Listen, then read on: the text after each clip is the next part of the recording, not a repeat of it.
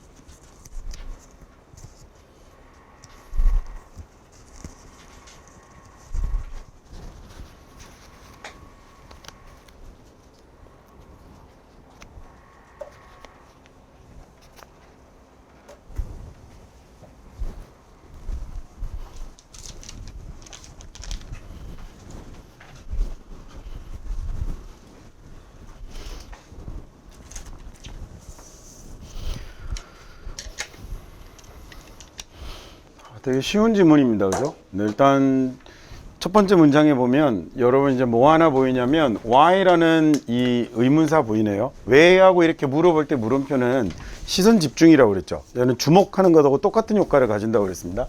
예를 들어 내가 여러분이 이번 수능을 잘 보기 위해서 여러분들은 뭘 해야 된다고 생각하니? 이렇게 얘기를 하면 그러면 그 말에 여러분이 이렇게 뭔가를 멈춰갖고 대답을 하거나 하지는 않겠죠. 내가 지금 여러분한테 만약에 야 얘들아 2 더하기 2는 답이 뭐지? 라고 얘기하면 이건 실제로 답을 유도하는 거잖아요. 여러분들은 4입니다 라고 대답을 하라고 하는 거지만 올해 수능을 잘 보기 위해서는 뭘 해야 될까? 이렇게 얘기했을 때 여러분이 주절주절 각자 따로따로 이렇게 대답하고 있지는 않을 거예요. 그러니까 근데 그때 물어보는 방식은 올해 수능을 잘 보기 위해서는 여러분들이 이렇게 얘기하는 거고 올해 수능을 잘 보기 위해서 뭘 해야 하는 걸까? 라고 했을 때는 이렇게 시선을 집중시키는 효과가 있는 거죠. 이렇게 영어에서 문장 부호는 대부분 여러분들에게 시선을 집중시키는 효과를 가지려고 하는 겁니다. 글을 쓰는 사람들이 그래서 주로 시선 집중을 위해서 많이 사용하는 문장 부호가 물음표하고요. 그 다음에 또 하나가 코테이션, 따옴표를 많이 사용하는 거거든요. 그러니까 물음표나 코테이션을 보게 되면 얘는 뭔가 강조의 도구로 사용을 했구나라고 이렇게 생각을 하시면 돼요. 자, 그 다음에 여기는 첫 번째 문장에 왜일까라고 이렇게 묻더니 질문을 했거든요. 이거 어디 첫 번째 문장에서 저렇게 나타났던 거 우리 한번 지문에서 본 적이 있었죠. 뭐 봤냐면 쿠키는 왜 먹나라는 거 기억나세요? 쿠키는 왜 먹나라는 그때는 이제 주제를 묻는 문제는 아니었지만 글의 주제를 찾자면 사람들이 포장 쿠키를 먹는 이유라는 게 글의 주제가 된다고 그랬잖아요. 마찬가지로 얘도 그러면 왜 이러한 것을 찾기 힘들까에 관한 이유를 밝히는 게 아래 지문이 될 거니 첫 번째 문장이 저렇게 되면 아래쪽으로 이런 글이 가겠구나라는 걸 아주 쉽게 생각을 할 수 있죠. 그래서 두 가지 하나는 뭘 보여줬냐면 slow most 5하고 그 다음에 또 하나가 fast most 5의 차이로 인해서 이런 일이 나타납니다라는 걸 보여주는 아주 전형적인 이제 대조의 방식을 이용한 지문이 사용이 되고 있습니다. 오케이, 그럼 이제 그래서 정답은 뭐가 될 것 같냐면 보기 1번에 해석을 해보면요. runners들이 강한 근육을 발달시키는 이유라고 됐고요. 보기 2번은 slow and fast most 5 간의 차이, 이게 이제 정답이 되는 거였죠. 근데 이 차이가 바로 뭐냐면 첫 번째 문장에 나타나는 즉 단거리와 장거리를 다 뛰기 힘든 이유, 이렇게 주제를 줘도 됩니다. 그렇죠? 그렇게 주제를 줘도 되고 이제 출제자 마음이잖아요. 어차피 나머지 보기들을 정답에서 거리를 멀게 만들어 버리면 되는 거니까. 그래서 보기 2번이 정답이 되겠죠. 3번에 이제 스프린트가 단거리 달리기예요. 그 다음에 이제 롱 디스턴스 러닝이 장거리고, 그래서 장거리와 장거리 달리기 간의 비교라고 됐고요. 그 다음에 4번 필요성인데 장거리 달리기 선수들을 위해서 근육을 만들 필요성이라고 됐고요. 5번은 이제 근섬유라고 하는 거예요. 그 다음에 신체적, 얘는 피로죠. fatigue는 신체 피로 간의 관계라고 됐습니다. 지문 자체는 뭐 어렵지 않아서 어려운 공부사 오히려 많이 쉬운 쪽에 속해서 그냥 무난하게 읽어버릴 수 있는 지문입니다. 자, 첫 번째 문장 보니 Why is it difficult? 왜 어렵습니까? 라고 그랬습니다. Find a runner. runner를 찾기가 어려울까? 네, 경기하는 runner인데 똑같이 잘하는 거죠. 100m 달리기랑 1000m 달리기를, 즉 단거리와 장거리를 똑같이 잘하는 선수들을 찾기가 왜 힘들까라고 이렇게 물어보는 문장 부호 놓치지 마세요. 문장 부호가 아주 글을 쉽게 볼 수 있게 만드는 시그널 월드가 되기 때문에 쟤네들은 여러분이 attention please라고 얘기하는 거하고 똑같다고 생각하시면 돼요. 자, 그 다음에 primary reason이니까 가장 중요한 이유, 1차적인 이유는 is that 이런 거죠. 자, 우리 근육이 그 contain to main types 두 가지 중요한 형태의 muscle fiber를 근섬유를 포함하고 있기 때문인데, 자, cold라는 말이 나올 때 얘는 해석할 때 그 이름이 이렇게 해석하시면 앞에서부터 좀 편하게 해석할 수 있어요. 뭐라고 불리우는 보다. 그러니까 slow and fast muscle fiber라는 이름에 이 많은 두 가지 주요 형태의 근섬유를 가지고 있는 거죠. 자, 그래서 slow muscle fiber는 muscle cell인데요. 이게 저거 흔히 우리 말로 뭐라고 번역하는 거냐면 지근섬유라고 얘기를 하는 거거든요. 그러니까 뒤에 나올 fast muscle을 속근섬유라고 하는데 뭐 그렇게 하지 않아도 그냥 뭐 느린 근육섬유 뭐 이렇게 해도 되겠죠. 이 slow muscle fiber는 근육 세포인데요. 어떤 거냐면 얘가 sustain이라는 단어는 유지하다라는 뜻이죠. 우리 지난 시간에도 나왔던 단어예요. sustainable이라는 지속 가능한이라는 요즘 시험에 워낙 많이 쓰입니다라고 그랬고, 그 얘기하면서 아울러 이 테인이라는 어근이 들어가는 단어들은 전부 다 keep의 의미를 가지는데 워낙 얘가 keep의 의미를 강력하게 가져서 테인이라는 말이 들어가는 건 단어를 모르겠으면 전부 유지하다라고 다 해석해 버리셔도 돼요.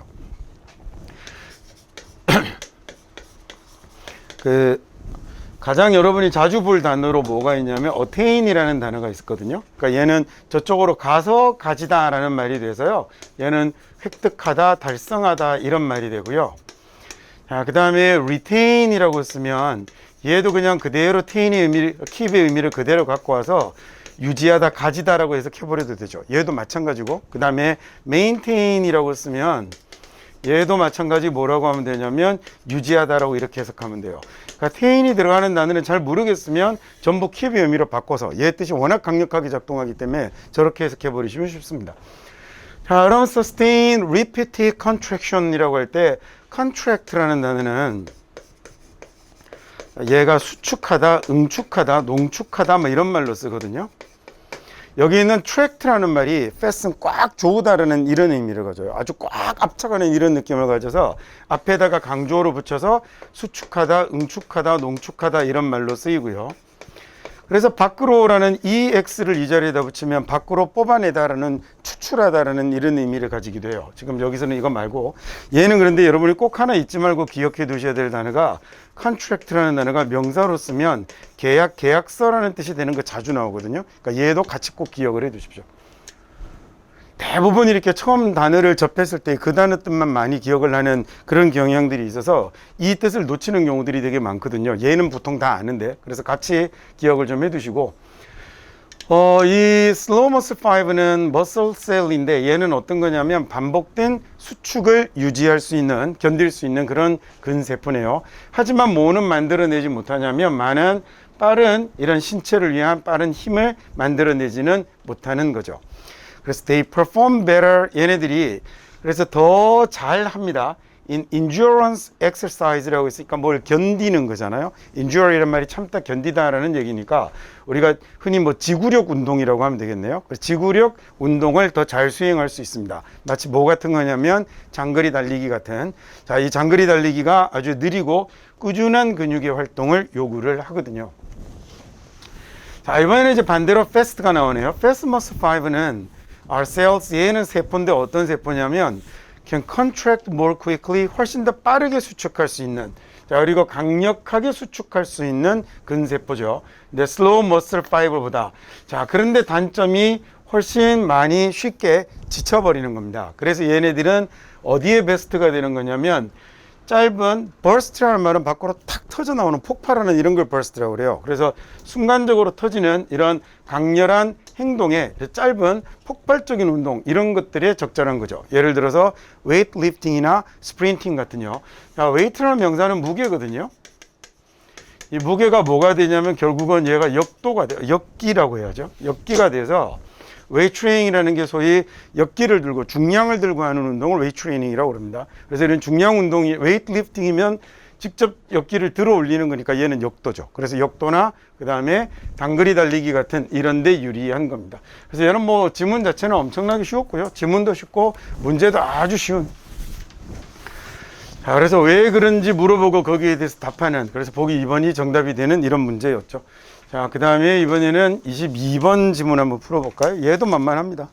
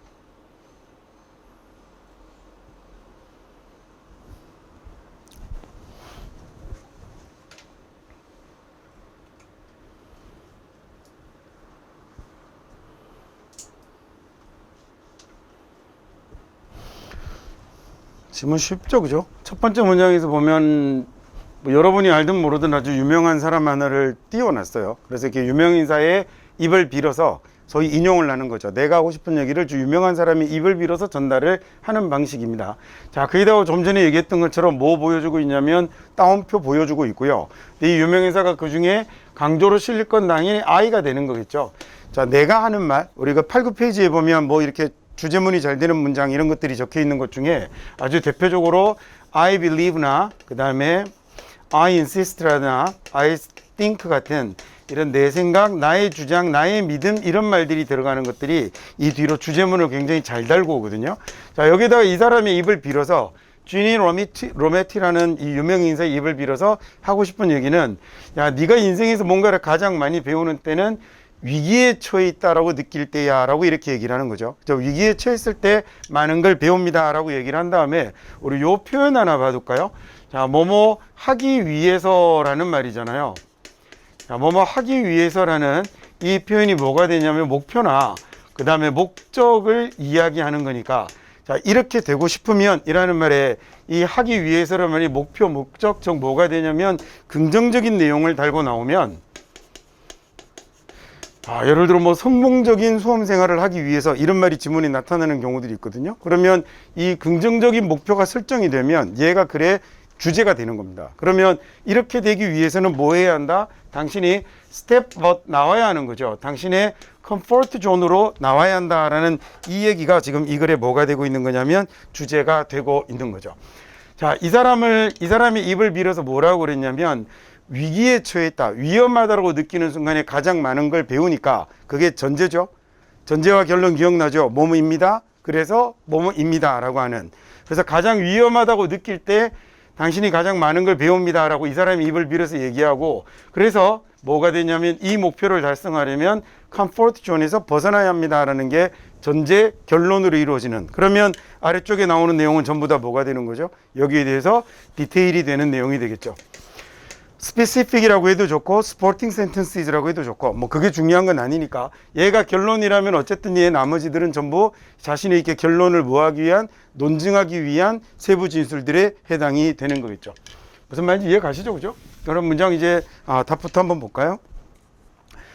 그래서 이게 어려울 때 배우니, 위험할 때 배우니 안전지대에서 벗어나야 돼라는 얘기를 하고 있는 거거든요. 그래서 이제 지도자가 되고 싶으면 그러면 자신을 넘어서는 도전을 해야 한다라는 보기 4번이 이 문제의 정답이 되는 거겠죠.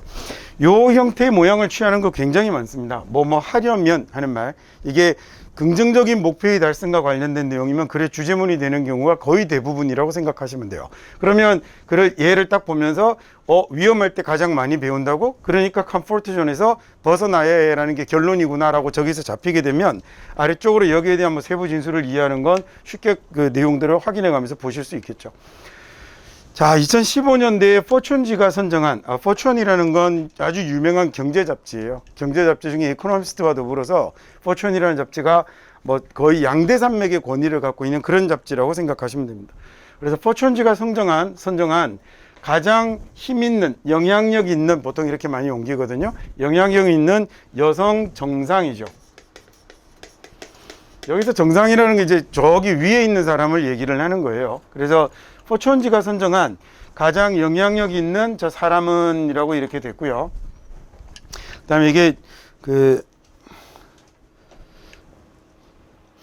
이게 보면 이 수능 문제 해석하신 분들이 여성들의 정상회담에서라고 되어 있는데 원래 서밋이라는 게 산 꼭대기를 이야기하는 단어예요. 제일 꼭대기. 원래 꼭대기를 나타내는 거여서 꼭대기니까 우리가 다르게 한자어로 정상이라고 하잖아요.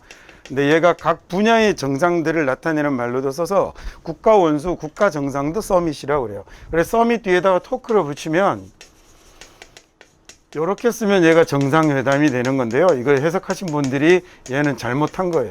그러니까 그냥 포춘지가 선정한 가장 영향력 있는 여성 이렇게 번역했으면 되는데 그게 보면 여성들의 회담에서 이런 뭐 이상한 말을 만들어 놨습니다.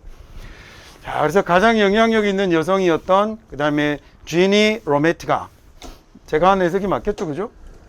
그래야 이게 성립을 할 거 아니에요. 컴하고 뒤에 앞뒤가 맞아야 되는데 정상회담하고 이 사람하고 맞으면 안 되잖아요. 자, 그래서 이게 지니 로메티가 뭐라고 이런 충고를 했는데 뭐라고 했냐면, 야, 당신이 인생에서 가장 많은 걸 배운 건 언제였을까? 그 다음에 어떤 경험이었을까? 자, 내가 보장하건대, 내가 장담하건대 당신은 나에게 말할걸요? 아마 당신이 위험을 느꼈을 때 가장 많이 배웠을 거라고 당신이 얘기를 할 겁니다.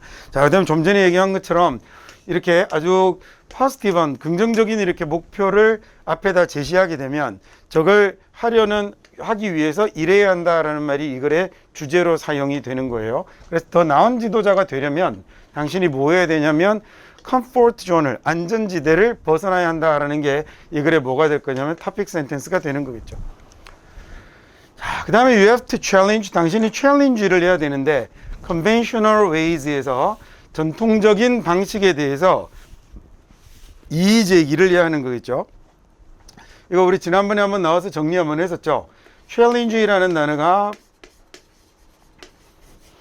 동사로 쓰면 도전하다 물론 있지만 그거보다는 이의를 제기하다, 문제를 제기하다라고 하는 게 여러분이 보는 지문의 열의 9 이상입니다. 그래서 일단 이 뜻이 1번, 스포츠 경기라면 챔피언한테 덤비는 거라면 도전하다라고도 할 수 있겠지만 얘가 압도적으로 많이 쓰입니다. 그 다음에 이제 얘는 명사로 나올 때도 학생들이 해석을 잘 틀리는데요.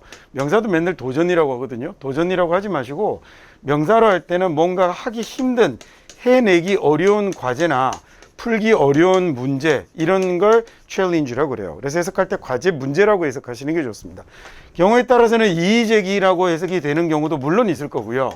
도전이라고 해석되는 경우가 가장 적을 거예요. 아마 없을 거예요. 스포츠 경기에서 챔피언에게 덤비는, 타이틀에 도전하는 이런 말이 나오지 않는 한 도전이라는 해석은 하지 마셔야 됩니다. 명사로 나오면 이렇게 해석하시고요. 과제 문제라고 해석하시고 동사로 나오면 이의를 제기하다라고 해석하시는 게 좋아요. 자, 그래서 이의를 제기하다라는 말의 반대를 영어로 뭐라고 하냐면 챔피언이라고 하는데,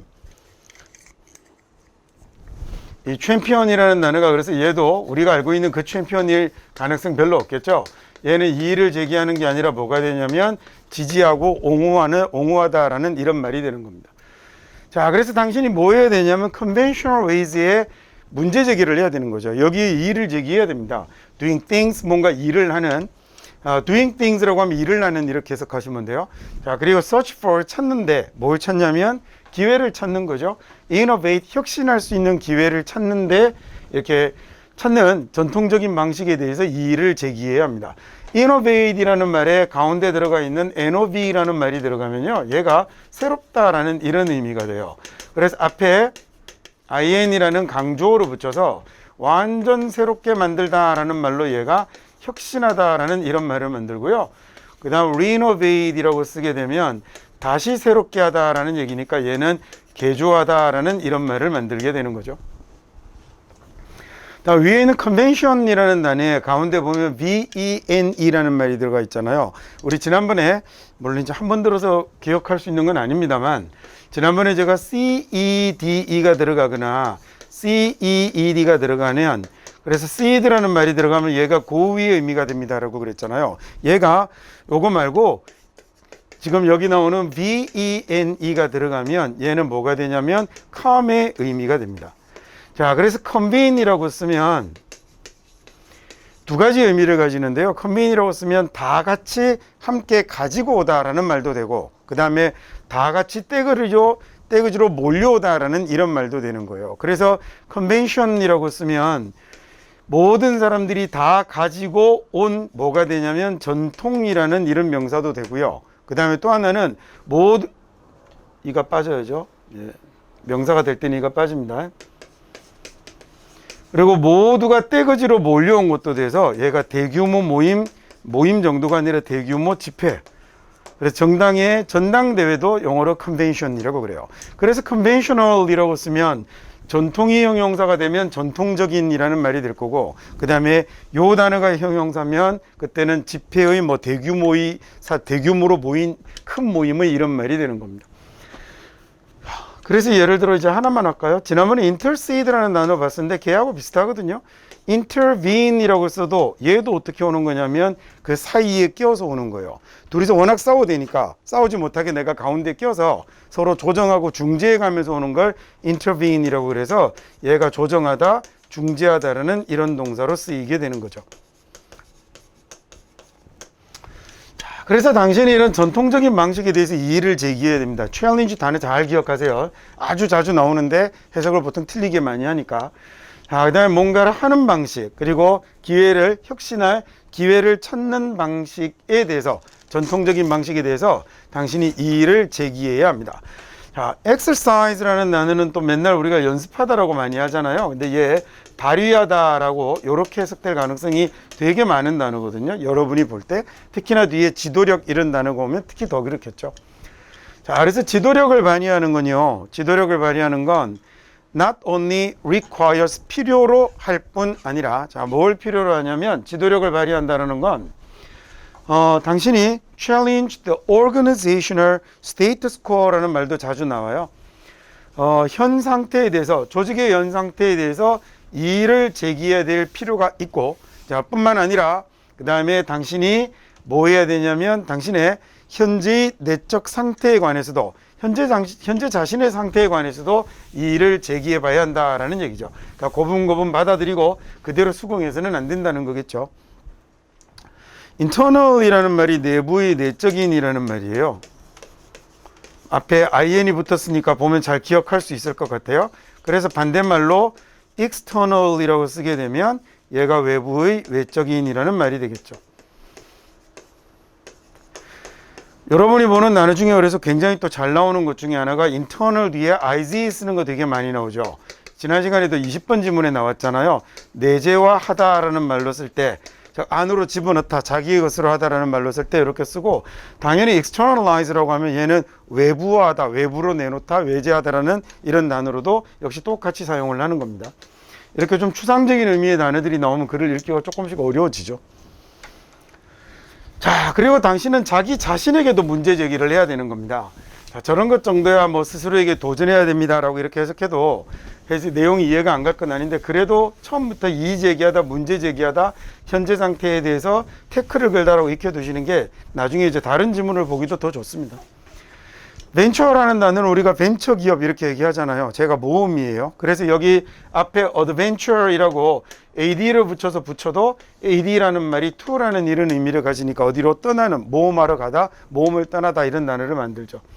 beyond는 뭐뭐를 넘어서는 거고요. 그래서 당신의 현재 경험에 그 다음에 바운드리를 넘어가야 되는 거죠. 그 다음에 새로운 영역을 알아보아야 합니다 라는 뜻인데 보통 이제 우리가 explore, 탐험하다, 탐구하다라고 많이 하거든요.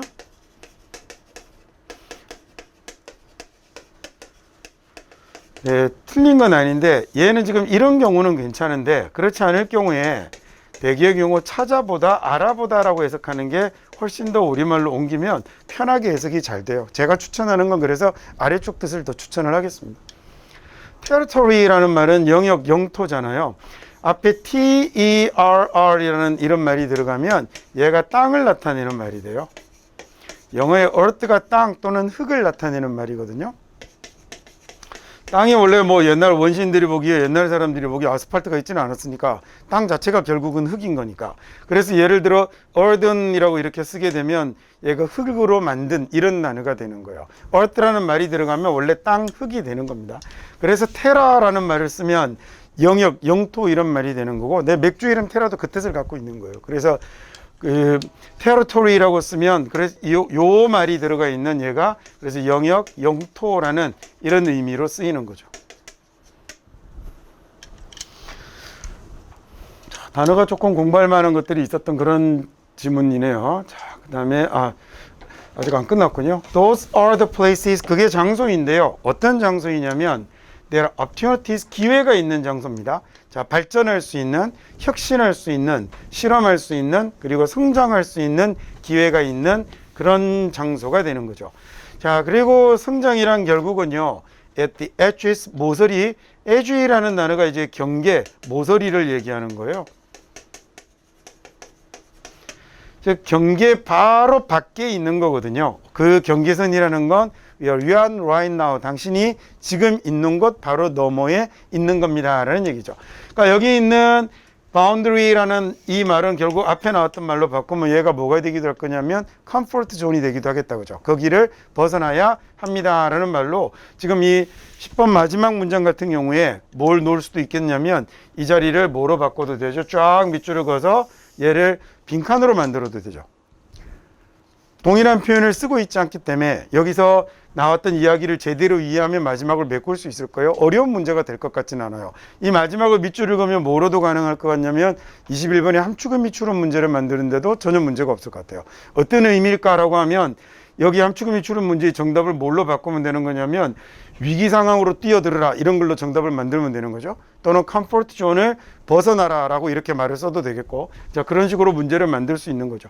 이 함축은 밑줄은 문제는 그래서 항상 그래 주제문하고 아주 밀접한 내용을 가지는 것만 문제를 물어볼 수 있는 거여서 21번 문제 되게 어려워하는 사람들 많거든요. 22번 그 함축 21번 유형 문제, 함축의 밑줄은 문제 그 나오면 항상 저렇게 주제를 잡아서 푼다라고 생각하고 접근하시면 됩니다. 오케이, 22번 됐고요. 다음 이번에는 23번 한번 풀어보시는데 아마 제 생각에 여기 파트 1에 있는 문제 중에 얘가 제일 어렵지 않을까 싶어요. 그래서 천천히 읽어보시고 한번 좌절해 보십시오.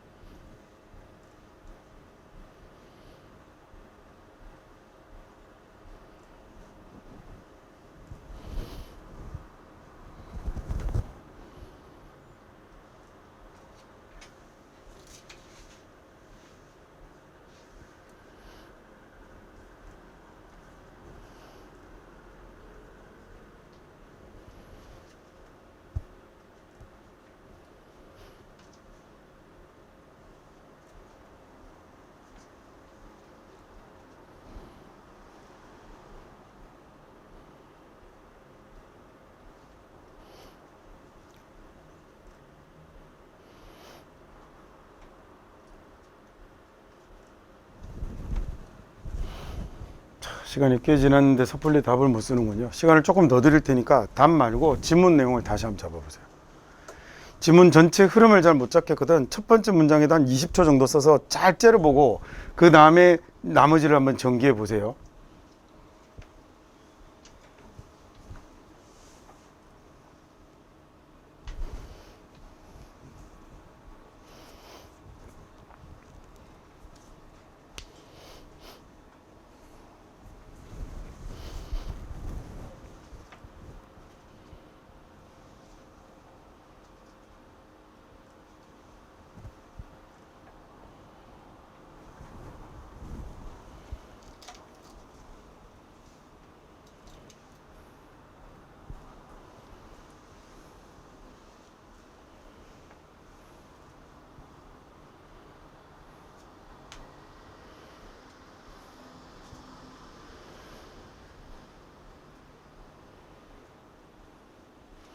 자, 그래도 안 되겠으면 뭐하고 뭐를 연결해서 답을 찾으라고요? 8, 9페이지에 나오는 진리 중에 그래도 안 되면 어디하고 어디를 보고 첫 문장과 마지막을 보고 연결을 짓습니다. 첫 문장하고 마지막 문장은 생뚱맞은 소리를 할 수 있습니까? 그러진 않거든요. 그럼 여러분이 다시 한번 집중해 보세요. 딱 두 개의 문장만 있다고 생각해 보시고 첫 문장에 나오는 단어와 마지막에 나오는 단어를 한번 엮어 보세요.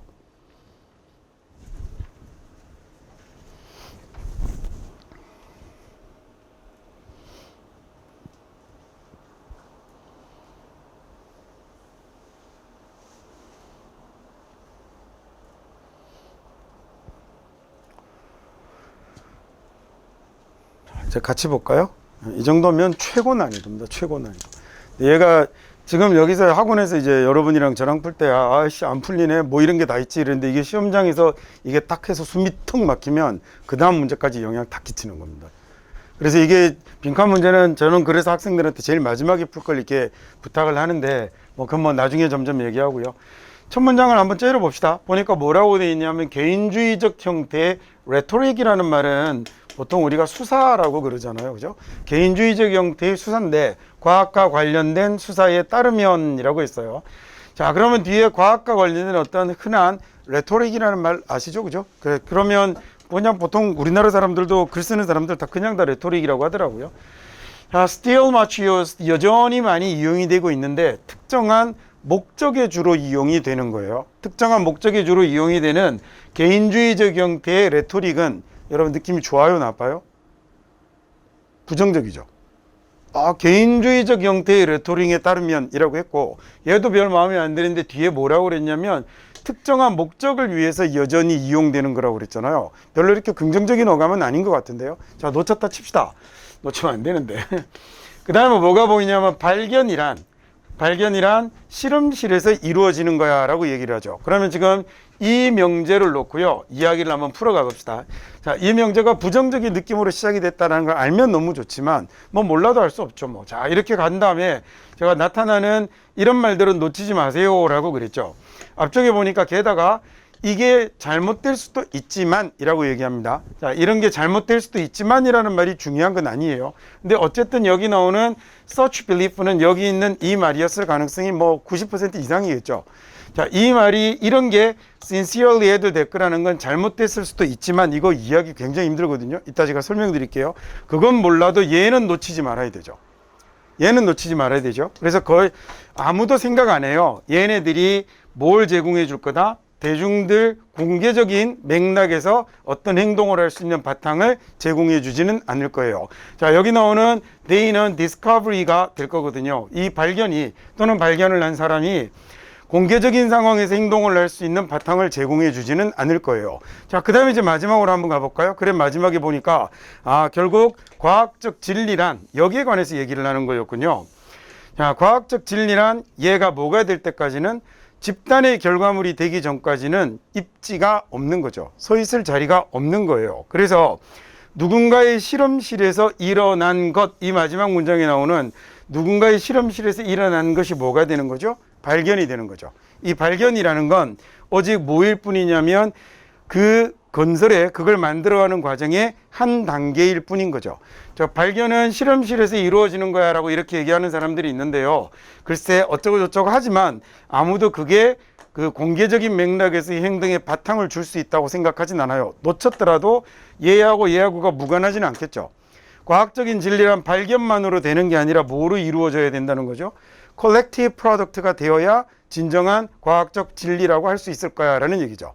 됐습니까? 마지막 문장에 나오는 누군가의 실험실에서 일어난 일 발견했어 라는 이 얘기는 뭘 만들어가는 과학적 진리를 만들어가는 한 단계에 불과하다라는 얘기를 하고 있는 거예요. 지문 어렵습니다, 솔직히. 저 처음 봤을 때 무슨 말인지 잘 몰라갖고 천천히 자세하게 읽었거든요. 그러니까 여러분만 어려운 게 아니라 저도 어렵다고요. 근데 이게 강사들이 자기 어려워요 이런 얘기 잘 안 하잖아요. 그 어려운 건 어려운 거지 뭐. 이 정도 수준쯤 되면 얘가 속에 뒤에다가 어떤 말을 하고 있는 건지를 강사 입장에서 봐도 얘가 쉬운 건 아니에요. 특히나 얘는 소위 뭐라고 그럴까 그냥 영어로만 정확하게 해석을 한다고 해서 줄줄 익혀나갈 그런 지문도 아닌데, 자 그럴수록 제가 뭐라고 얘기하나요? 정답은 그러면 한 가지가 답이 되면 나머지는 반대 보기이거나 아니면 완전히 거리가 먼 얘기 아니면 보기를 만들 수가 없어요. 자칫 잘못하면 구슬에 휘말릴 가능성이 있기 때문에 그런 이상한 보기를 만드는 거 출제자 입장에서 굉장히 두렵거든요. 그래서 오히려 정답은 거리가 가까워지니까 발견 그것만으로는 안 되지. 과학적 진리란 뭐여야 된다? 집단적 결과물이어야 한다라는 얘가 지금 현재 뭐가 되는 거냐면 글의 주제문이 되고 있는 거거든요. 보기 1번 한번 볼까요? 과학적 진리로 가는 길. 그래서 과학계의 인정입니다. 1번이 답이 됐다 그죠? 여기 나오는 과학계의 인정이라는 게 이게 무슨 말이 되는 거죠? 집단의 결과물이라는 말이 되는 거잖아요. 자, 이번 과학의 프라임 룰이니까 첫 번째 원칙이 되는데, 과학의 첫 번째 원칙이 먼저 한 놈이 최고야 라는 얘기입니다. 그래서 다음에 3번은요 제가 나오는데요. 자, 외로운 천재가 과학적 발견을 만들어가는 거죠. 네 번째는 이제 과학적 발견은 스스로 말한다라는 얘기입니다. 그 다음에 이 스스로 말한다라는 얘기는 우리도 가끔씩 쓰는 말이긴 한데, 자, 노력은 언젠가는 말을 하죠. 이런 얘기를 쓰는 거예요. 노력은 언젠가는 말을 한다. 그 자신을 드러낸다, 결과를 낸다, 이런 말로 쓰는 거예요.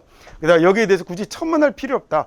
더 이상 여기다 말을 추가할 필요 없다. 이런 말로 쓰는 게 speak for oneself라는 표현을 쓰는 겁니다. 자, 사회적 편견이 present obstacle, 장애물을 가져다 주는 거군요. 뭐에 대한 과학적 연구에 사회적 편견이 장애물이 된다라는 얘기입니다. 딱 스스로 말한다. 이거 본문에 나오니까 그때 다시 하죠. 얘가 그래서 명확하다, 분명하다 이런 뜻으로도 많이 쓰거든요. 자, 개인주의적 형태의 수사에 따르면, 과학에 관한 개인주의적 형태의 수사에 따르면, 그래서 얘 지금 뒤에 나오는 또 집단적인 콜렉티브라는 말하고 반대되고 있다 그죠? 얘 아주 어떤 특정한 목적을 가지고 아직도 계속 사용되는 말이에요. 그러니까 뭔가 모두에게 공적으로 인정을 받은 이런 말이 아니라 얘는 특정한 목적을 갖고 사용되는 말인데, 얘네들이 어떤 말들을 가끔씩 짓거려대냐면 야, 발견은 실험실에서 이루어지는 거지 라고 이렇게 얘기를 합니다. 자, 그리고 얘네들은요, 이 발견이란, 이 사람들 발견이란 뭐라고 얘기하냐면 결과물이라고 얘기를 하는데, 자, 영감을 받은 인내의 결과물이라고 그러는 거죠. 뭔가 탁 떠오르는 영감이 있어야만, 그리고 나에게 뭔가 기회가 주어져야 되는 발견이기도 하고, 그건 그냥 한 번에 딱 떠오르는 게 아니라 정말 인내를 갖고 오랫동안 노력한 것의 결과로 나는 발견을 했다고 라고 얘기를 하는 거예요. 자, 그리고 그러면서 동시에 또 뭐가 되어야 되냐면 아주 숙련된 손과, 그 다음에 inquire이라고 하면 뭔가를 많이 물어보는 거니까 탐구하는 거겠죠. 자, 탐구하는, 그리고 but unbiased니까 편견 없는 생각, 정신의 결과물이 발견이지라고 이 사람들이 얘기하는 거예요. 1, 2번은 하나의 문장으로 합쳐져도 상관이 없겠네요. 자, 게다가 말이죠. 게다가 발견이란 speak for themselves라고 할 때 speak for oneself라고 이렇게 쓰면, 그래서 얘가 아까 좀 전에 얘기했던 것처럼 스스로 말하다 이렇게 해석을 하기도 하고요. 그렇게 해도 되고, 그 의미는 아시겠죠, 그죠? 노력이 언젠가는 말을 하지, 이런 거. 그 다음에 speak for itself나 oneself라고 이렇게 씁니다. 이렇게 쓰면 얘가 스스로 말하다라고 해도 되고, 스스로 말하니까 그건 거기에 대해서 더 이상 말을 갖다 붙일 것도 없다라는 얘기예요. 그래서 얘가 분명하다, 그 다음 명확하다, 이런 말로 쓰게 되는 거죠. 자, 게다가 발견이란 정말 분명한 거거든요. 스스로 말을 하는 거거든요. 그래서 적어도 얘네들은 말을 하기를 too powerfully, 너무 강력하게, 뭔가 과학적 발견이라는 것은, 과학적 발견이란 건 그 정도가 너무 강력한 데다가 너무 일관된 거죠. For prejudiced humans. 그래서 prejudiced human이 뭐 할 수 없는 거냐면 얘네들을 닥치게 만들 수 없는 거예요. 문장이 지금 어떻게 됐냐면요. 여기서부터 보세요. 데이부터 보시면 얘네들은 발견입니다. 발견은 그 다음에 나오는 말이 to가 두 개가 나왔어요. 그 다음에 여러분이 잘 알고 있는 이 to가 있네요. 그래서 너무 뭐해서 뭐 할 수 없다라고 해석하는 to예요. 이거 아시죠? 그죠? 얘는 발견이란, 과학적 발견이란 너무 강력하고 일관되어서, 너무 강력하고 일관성이 있어서, 그래서 이 발견을 침묵시킬 수는 없다는 거죠. 발견이라는 걸 무시할 수는 없는 겁니다. 야, 그게 뭐가 중요한 거라고, 그거 믿음이 가나? 이런 얘기를 할 수 없다는 거죠. 누가? 편견을 가진 사람이 야, 이거 못 믿겠는데 그게 뭐가 중요하지? 이런 식의 얘기를 할 수 없는 거예요. 아시겠어요? 이거? 자, 소위 앞에 좀 전에 뭐라고 그랬냐면 개인주의적 형태의 그 과학과 관련해서 개인주의적 형태의 수사 중에 아직도 특정한 목적을 갖고 쓰는 사람들이 있어요. 어떤 말을 쓰는 사람들이 있냐면 야, 발견이란 실험실에서 이루어지는 거지 뭐 이딴 얘기를 하는 사람들이 있는데, 그러면서 이 사람들은 뭐라고 하냐면 정말 인내심을 갖고 숙련된 사람이 정말 탐구의 정신으로 편견 없이 그 연구를 냈을 때 오게 되는 게 발견이야 라고 이 사람들은 얘기를 하는 거죠. 즉 발견의 가치를 어떻게 두는 거죠?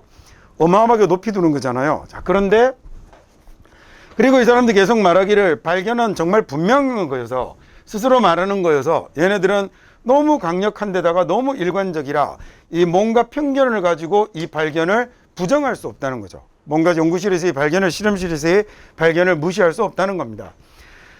이렇게 생각하는 건 틀린 거일 수도 있어요. 자, 이번에는 앞에 생각이 아니라 뒤로 나옵니다. 이렇게 생각하는 건 잘못된 생각일 수도 있죠. 왜냐하면 그런 믿음, 야, 발견이 그렇게 대단한 거라고? 발견에 대해서 부정하면 안 되는 거라고? 라는 게 이게 이 사람들의 믿음이 진심으로 유지되는 건 아니겠지. 쟤들 진짜로 저렇게 생각하는 건 아니겠지라고 가정하는 건 틀렸을 수 있어요. 정말 그 사람들 진심으로 그렇게 생각할 수 있어요. 이 말 아시겠어요? 야, 원규가 맨날 얘만 들면 야, 원규는 is handsome 이렇게 쓰잖아요. 걔가 에이, 진짜로 지가 잘생겼다고 생각하겠냐? 그렇게 생각하는 건 잘못됐을 수도 있어요. 걔는 진짜로 그게 원규는 자기가 잘생겼다고 생각할 수도 있어요. 이 얘기예요. 야, 그래서 어떻게 저런 생각을 할 수 있지? 이런 믿음이 진심으로 유지되고 있는 것은 아닐 거야. 제 진심으로 얘기하는 건 아닐 거야 라고 생각하는 게 틀렸을 수도 있어요. 그 사람들은 진심일 수도 있어요. 하지만 있잖아요. 아무도 그렇게 생각 안 해요. 뭐라고 그렇게 생각하지 않냐면 야, 저런 발견이 바탕을 제공해 준다. 어떤 행동을 할 수 있는 근거 바탕을 주냐면 in public context니까 공개된 상황에서의 행동을 할 수 있는 이런 근거를 제공해 준다라고 생각하는 사람은 아무도 없어요. 저 뭔가를 발견했다라고 해서 그걸 공개적으로 발표한다? 뭔가를 발견했다고 해서 사람들 앞에서 공개적으로 이 발견에 대한 성과를 이야기한다? 그런 걸 할 수 있다라고 생각하는 사람들은 아무도 없다는 거죠. 내용 이해 가세요, 이제? 자, 발견이 뭐가 되는 거냐면 공개적인 발표, 공개적인 행동의 근거가 되지는 않는다는 거죠. 뭔가를 발견한 것 자체로. 자, 과학자라면 어떤 과학자냐면요. 이번에는 소위 발견을 press라고 conference라고 하면 얘가 프레스라는 단어가 언론이라는 뜻으로 쓰인다고 많이 얘기 드렸죠. 그죠? 여기에 컨퍼런스가 들어갔으니까 합쳐서 뭐라고 하면 기자회견이라고 하면 되겠죠. 우리 황우석 아저씨 한번 떠올려 볼까요? 그러면 대충 이해가 갈 것 같은데. 자, 그럼 뭔가를 발견했다고 기자회견에서 발표를 하는 과학자, 뭐 하지도 않고 permitting, 인정하지도 않으면서 허용하지도 않으면서 전문가 검토단들이 검토하는 거요. 자, 자기의 주장을 검토하는 걸 전문가들의 검토를 허용하지도 않으면서 야, 네가 발견했다고? 다시 가져와봐. 우리가 검증해 볼게. 라는 걸 인정하지 않으면서 기자회견에 나가서 내가 이런 걸 발견했어 라고 얘기하는 이런 과학자는 이렇게 되고 is가 동사겠네요. 자, 이런 사람들은 자동적으로 욕을 먹게 되어 있는 거죠. 커테스케이시라는 단어는 교육과정 외단어입니다. 몰라야 됩니다. 자, 얘는 그냥 퍼블리시티를 쫓는 사람으로 욕먹게 되어 있는 거죠. 퍼블리시티라고 하면 소위 뭐라고 할까? 유명세. 오케이, 그게 좋겠다. 인기죠, 인기. 퍼블릭이라는 말이 널리 알리는 걸 얘기하잖아요. 그래서 사람들에게 널리 알려져 있는 이 유명세를 쫓는 사람으로 욕을 먹게 되어 있죠. 자, 과학적 커뮤니케이션의 기준이라는 건요. 과학적 커뮤니케이션의 기준이라는 건 프리스포즈 하는 거거든요. 미리 생각한다, 전제하다라고 하면 되겠군요. 자, 그 다음에 이런 단어 잘 모를 때 제가 어떻게 하면 된다고 그랬죠? 주어가 사람이 아니라 사물이네. 그러면 과학적인 커뮤니케이션의 기준에 따르면 이라고 해도 되죠. 과학적 커뮤니케이션의 기준은 이렇게 하면 되잖아요. 자, 자연이라는 건, 자연현상이라는 건 does not speak, 말하지 않는 거거든요. unambiguously니까 불명확하게 말하지 않는다. ambiguous가 불명확한 거잖아요. 얘가 애매한 거거든요. 자, 저처럼 이렇게 지금 헷갈리는 사태를 방지하기 위해서 not과 on이 나오면 지우고 하나로만 해석하는 게 더 편하죠. 뭐 아닌 것이 아니야 이러면 어려우니까 부정하고 not을 날려버리면, 그러면 이 과학적 그 커뮤니케이션의 기준은요, 자연현상은 애매하게 말한다는 거죠. 즉 뚜렷하게 명확하게 눈에 드러나는 것이 아니어서 자연적인 것은 애매하기 때문에, 그래서 지식이 아닌 거라고 얘기를 하는 겁니다. unless 뭐 하지 않는다면, 그게 권위를 부여받지 않으면, 즉 인정되지 않으면, 누구에 의해서? 디스플론 기억나죠? 예수님의 12제자. 그래서 그 학계의 전문가들이 되겠군요. 그 학문 분야의 전문가들에 의해서 인정받지 않으면, 그러면 그 지식은 지식이 아니다라는 거죠. 자연이라는 건 원래 뭔가가 명확하게 딱 드러나는 것이 아니기 때문에, 그래서 이 네가 했다는 발견, 네가 했다는 과학적인 지식, 그건 그 학계 전문가들에 의해서 인정받지 않는다면 이건 뭐가 아니다? 지식이 아닙니다라고 얘기를 하네요. 자, 그래서 과학적인 진리란 standing이 없는 겁니다. 서 있을 자리가 없는 거죠. 우리가 보통 입지라고 하죠. 그죠? 입지가 없는 겁니다. until 뭐 하지 않는다면요, 걔가 집단의 결과물이 되지 않는다면 걔는 인정을 못 받는 거죠. 자, 그래서 what happens, 일어나는 일인데, 누군가의 실험실에서 일어나는 일, 이게 첫 번째 문장에 나오면 발견이잖아요. 그 발견이 is only, 얘는 뭐의 단계일 뿐이다.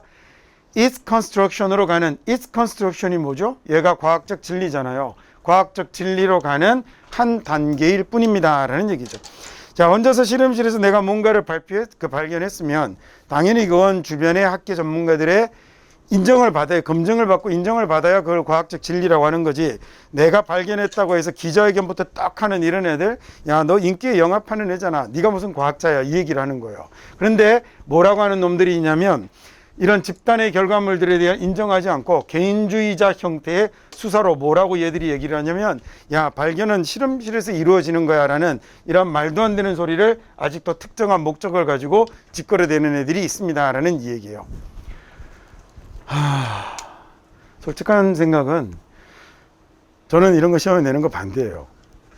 이게 대학에 가서 수학 능력 시험, 대학에 가서 영어로 책을 읽을 수 있는 능력이 소위 문해력이라고 하잖아요. 글을 읽고 이해할 수 있는 능력은 국어로 측정해도 될 텐데 꼭 이렇게 영어를 갖고 막 이렇게 애들을 괴롭혀야 될까? 그런 생각이 저는 들어요. 그래서 1번이 이제 그럼 해석 뚜렷하게 되신 거죠? 1번이 이제 정답입니다. 어렵습니다. 24번 한번 풀어보시죠. 얘는 안 어렵습니다. 쉽습니다.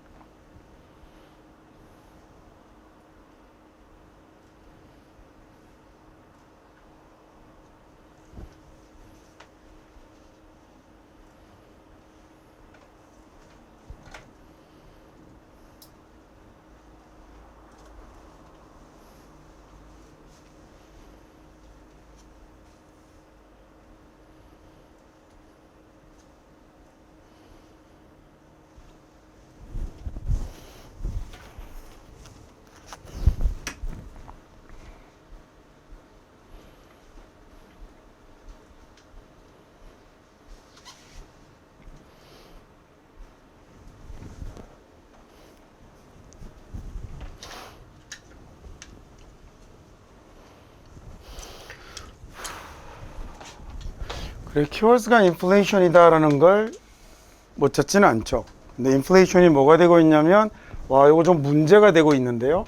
자, 그게 왜 그러냐면 이라는 말로 인플레이션이 왜 문제가 되는지에 대한 원인을 이야기해 놓고 있죠. 첫 번째 문장이 토픽이 등장을 하는데, 이 첫 번째 문장에 있는 토픽이 뭘로 나타났냐면 어떤 문제점이나 그 다음에 어려움 이런 걸로 등장을 하네요. 자, 이렇게 나타나면 얘네들은 기본이 뭘 가는 거라고 그랬죠? 원인을 분석하는 걸로 가는 겁니다. 자, 경우에 따라서는 원인 분석에 초점이 맞추어지는 경우도 있지만 그것보다는 뭐에 대한 대안이나 해결책을 제시하는 데 초점이 맞추어지는 글들도 있고, 당연히 원인 분석을 가지고 끝내버리는 글들도 있어요. 근데 수능 지금 이 글은 여러분이 풀어보셨지만 거의 대부분 원인 분석으로 가고 여기에 중점이 맞춰졌는데, 수능에 나오는 지문은 이것보다는 이쪽이 더 많습니다. 근데 뭐가 나오건 뭐 어렵지는 않지만, 그래서 인플레이션이 문제가 되는 이유는 얘가 뭐가 되냐면 인플레이션이 앞으로의 우리의 계획을 자꾸 바꾸게 만들기 때문입니다 라고 이야기를 하고 있네요. 자, 그래서 얘는 인플레이션이 힘들게 만드는 미래의 계획을 영향을 끼친다라는 보기 2번이 답이 됐겠죠. 자, 보기 1번은 인플레이션의 원인 이렇게 됐네요. 제목으로 이렇게 나올 때 이런 걸 무엇이 인플레이션을 일으키나 이렇게 하는 것보다 의문사를 명사로 바꾸는 게 좀 더 명확하게 보기를 읽기 좋습니다. 인플레이션의 원인 이렇게요. 의문사가 만약에 how가 나오면 방법이라고 해석하는 거고요. who면 사람, where이면 장소 이렇게 명사로 탁 바꿔서 해석하는 게 정답을 확인하기가 훨씬 더 편하고 좋습니다. 자, 3번은 인플레이션 레이트를 줄이는 여러 가지 방법이고요. 4번은 실제 이익이 넘어서는 거죠. 추정되는 비용을 넘어섰다라는 얘기입니다. 그 다음에 얘는 이제 뭐 추정 비용을 넘었다라는 말까지는 맞았는데 여기 나오는 actual benefit이라는 말이 어울리지 않는 거죠. 얘는 실제 비용이 추정했던 비용을 넘어선 거였지 실제 자기가 가져온 이익이 넘어섰다라는 말이 어울리지 않죠. 그리고 여기서 하는 benefit은 사실은 정확하게 해석하면 이익이라고 해석하는 것보다 뭐라고 해야 되냐면 연금, 보험금이라고 해석하는 게 더 옳습니다. 자, 마지막 5번은요. 얼마나 빠르게 그 다음에 인플레이션 비율이 올라가는가라는 얘기군요. 그 다음 1번 볼까요? 인플레이션이 can be a major life concern, 아주 중요한 삶의 걱정거리일 수 있죠. 대부분의 사람들에게 인플레이션이 토픽, 걱정거리 나타났으니까 원인 나올 거예요. 자, 뭘 어렵게 하냐면 어렵다라는 단어까지 보이니까 더더욱 쉽게 예측할 수 있어요. households가 to plan, 가구가 미래를 계획하는 걸 어렵게 만드는 거죠. 자, 얘는 현재 너무 쉬운 말들이지만 말이 어렵더라도 it makes difficult 이런 말이 나오면 이게 지금 뒤에 나오는 이 어려움이 이 글에서 다루려고 하는 내용이 된다라고 이렇게 생각하시면 되겠죠. 그래, 구조가 이해가 되면 그 자리에 어려운 내용이 들어가는 걸 잡아내는 건 어렵지 않으니까. 자, 이게 왜 그러냐면 미래의 문제가 뭐하고 관련된 미래의 문제죠? 이 인플레이션과 관련된 미래의 문제가 종종 make us change, 우리가 바꾸게 만드니까요. 미래에 대한 우리의 계획을 바꾸게 만드니까 말입니다. 그 다음에 예를 들면 이라는 뭐가 연결사가 나타났으니까 지금부터 전부 다 뭐가 되죠? 귀납증 논증이 되는 거죠. 그죠? 하위 진술이 되는 거니까 사실 지문의 마지막 문장을 보고 얘 드는 걸로 끝났네 이러면 1, 2, 3번으로 답 쓰고 말아도 되는 거죠. 자, how much should the parents, 얼마나 많이 should the parents, 부모는 of newborn, 새로 태어난 아기의 부모는 start regularly saving, 규칙적으로 저축을 해야 될까? pay for, 지불하기 위해서네요. 아이의 대학 교육을 지불하기 위해서 얼마나 규칙적으로 돈을 모아야 하는 걸까? 자, 만약에 인플레이션 평균이 2%라면, 물가 상승률이 2%라면 이 가격이 대략 더블이 됩니다. 2배가 되는 게 every 36 years, 매 36년마다 2배가 되는 거죠. 소위 매년 2%니까 복리로 계산이 되는 거잖아요. 그러니까 50년이 아니라 36년이면 그러면 2배가 되고요. if inflation이 get up이니까 올라가는 거네요. 8%로 올라간다면 그러면 물가는 대략 2배가 되는 게 매 9년마다 2배가 될 거거든요. 그 다음에 하버드 교육비가 그래서 현재 약 10만 달러에 달하는 10만 달러 정도 들어가는 하버드의 교육비가, 자, 그래서 결국에는 비용이 얼마가 될 거냐면 $500,000, 50만 달러가 될 거거든요. 오늘 태어난 아이에는 말입니다. 자, 그럼 수백만 명의 노동자들이 그래서요, 수백만 명의 워커스들이 어떤 사람들이냐면 retire이라는 말은 은퇴하다라는 얘기잖아요. 펜션이라는 명사는 연금이에요. 자, 이 연금을 가지고 은퇴했던 사람들, 1960년대, 70년대에 연금을 가지고 은퇴했던 많은 노동자들이 그래서 founded 알게 된 거죠.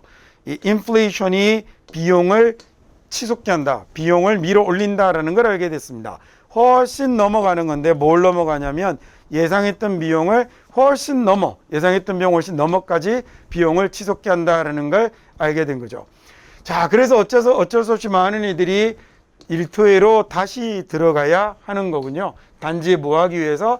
make ends meet이라고 하면 수입하고 지출을 맞추다라는 얘기거든요. 그래서 자기 수입에 맞추어 살다.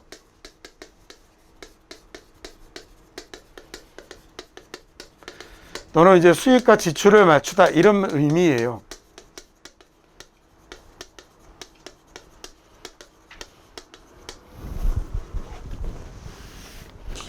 지난 시간에 우리 밸런스드 쉿이라는 단어 나왔던 거 기억하세요? 환경의 자본을 너무 끌어다 쓴다라고 할 때 환경을 통장 자본 이런 데 비유했을 때 밸런스 쉿이 BS 대차 대조표라고 그랬잖아요. 그리고 이 make ends meet이라는 말이 나온 이유가 금전치로 대차 대조표에 보면 쭉 여러 가지 항목들을 쭉 쓰고 마지막에 뭘 낼까요? 여기다가 마지막 결과를 쓰겠죠. 그래서 이 마지막 줄을 영어로 뭐라고 그러냐면 bottom line이라고 그러거든요. 쉽게 1월 달에 들어온 돈 얼마 나간 돈 얼마 이렇게 쓸 거 아니에요. 2월에 들어온 돈 얼마 나간 돈 얼마 이렇게 쭉 수익과 지출의 합계를 내면 여기서 마지막 나온 게 수익인지 지출인지를 결정하는 거겠죠. 그래서 bottom line이라는 말이 그래서 무슨 뜻으로 쓰이냐면 결론, 결과라는 뜻으로 쓰여요. bottom line이 마지막 줄이니까 계산 다 끝나고 났더니 결론은 이렇게 되더라는 얘기입니다. 그 다음에 이 양쪽에 있는 수익과 지출이 ends 마지막에 나오는 양쪽 끝이요. 수익과 지출이 서로 만나게 맞게 만드는 걸 make ends meet이라고 그러는 거예요. 그래서 수입과 지출을 맞추다라는 이런 말이 되는 겁니다. 이렇게 설명을 드리면 좀 기억을 할 수 있으려나? 까먹기 전에 다시 한번 지문에서 보면 기억할 텐데, 그죠? make ends meet 같은 경우는 자주 나오는 표현이에요. 자, 드디어 50개 중에 이제 절반을 들어가네요. 14번은 뭐 그래서 다시 지문 설명을 할 필요 없을 것 같고 25번 한번 풀어볼까요?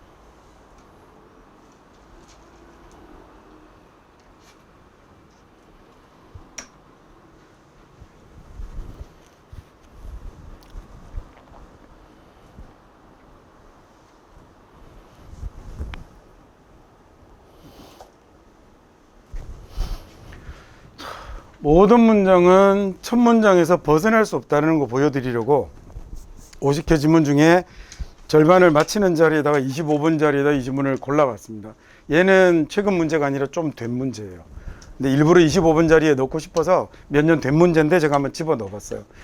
모든 문장은 결국은 첫 문장의 변형이라고 생각하셔도 돼요. 첫 문장의 변형이라면 결론의 변형이라는 얘기죠. 첫 문장이 필자의 주장이잖아요. 자기의 주장은 내려가서 뒤집는 경우 없습니다. 논증만 합니다. 우리 한번 정리 한번 해볼까요? 자, 나의 주장으로 시작을 했어요. 남의 주장은 반박하는 거잖아요. 그거 말고 머릿속에 떠올려 보세요. 공부가 그동안 됐으니까. 그리고 이 틀이 기본적으로 이제 머릿속에 익숙해지면 그 다음부터는 유형별로 한번 공부를 한번 한 다음에 그 다음에 계속 이제 문제를 풀어나가면서 자기 걸로 그냥 정착을 시켜버리시면 돼요. 자신의 주장으로 시작을 하면 내려가면서 이 주장에 대해서 뭘 할 거냐면 논증을 하겠죠. 그죠? 논증을 하는데 쭉 내려가서 하위 진술로 끝나는 경우들이 첫 번째가 있을 거예요.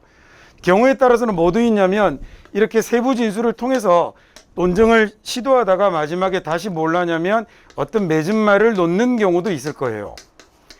자, 그러면 첫 번째 문장이 주장으로 시작을 했는데 이게 직접 디테일로 끝났다라는 얘기는 이 1번의 경우는 얘는 결론이고 아래쪽으로 가서 하위 진술로 끝났다는 얘기가 되는 거예요.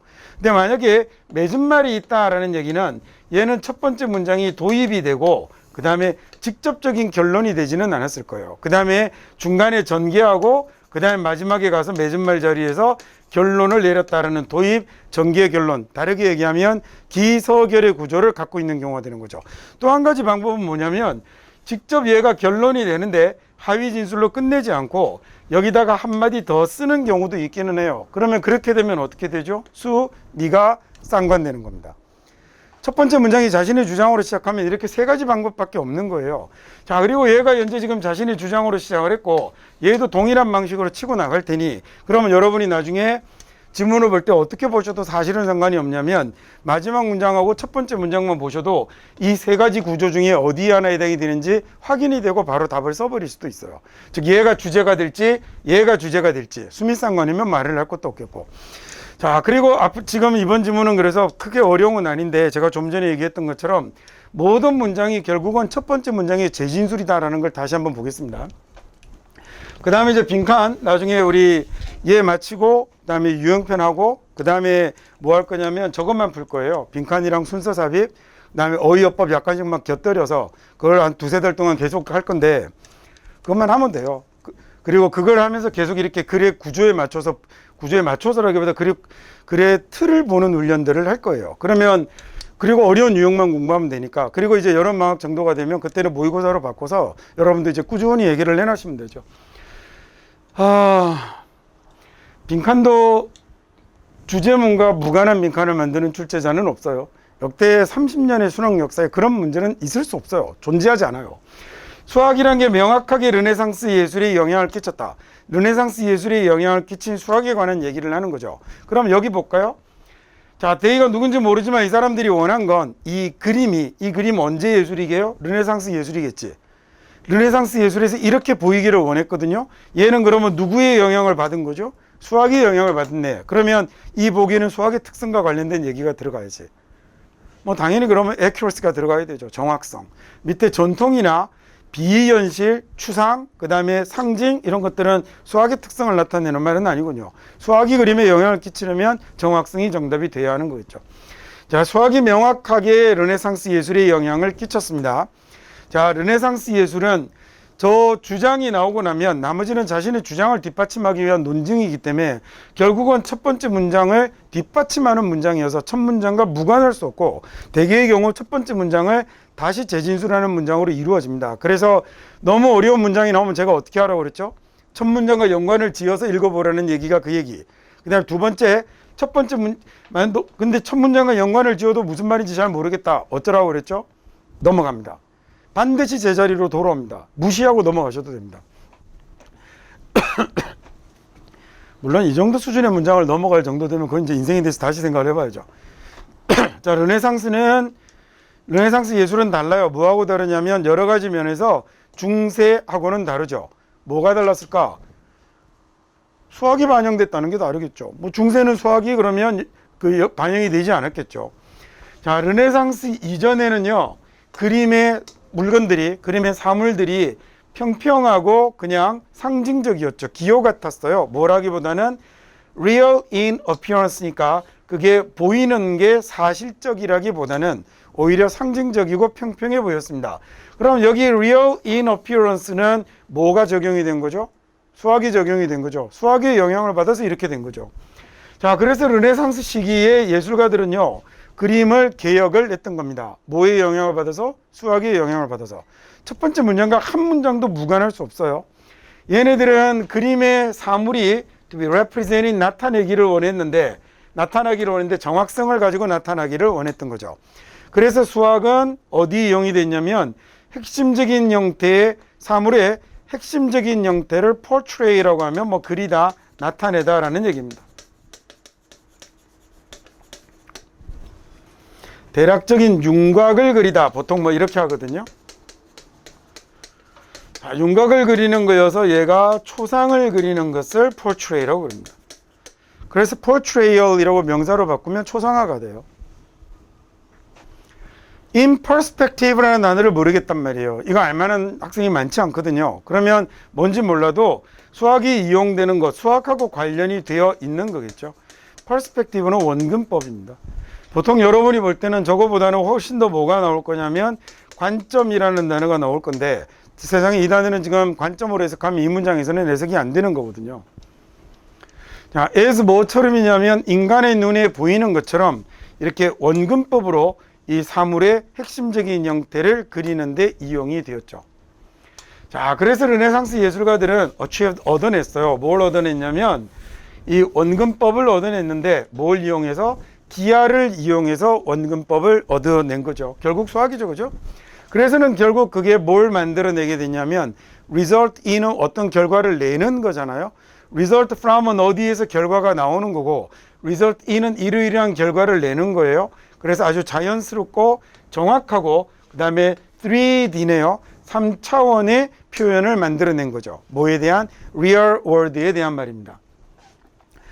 자, 그래서 이 수학의 적용은요. 수학의 적용은 예술에 대한, 미술에 대한, 특히나 그림에서 이 수학의 적용은 뭐가 됐냐면 르네상스 시대의 가장 중요한 특징 중에 한 가지가 되었죠.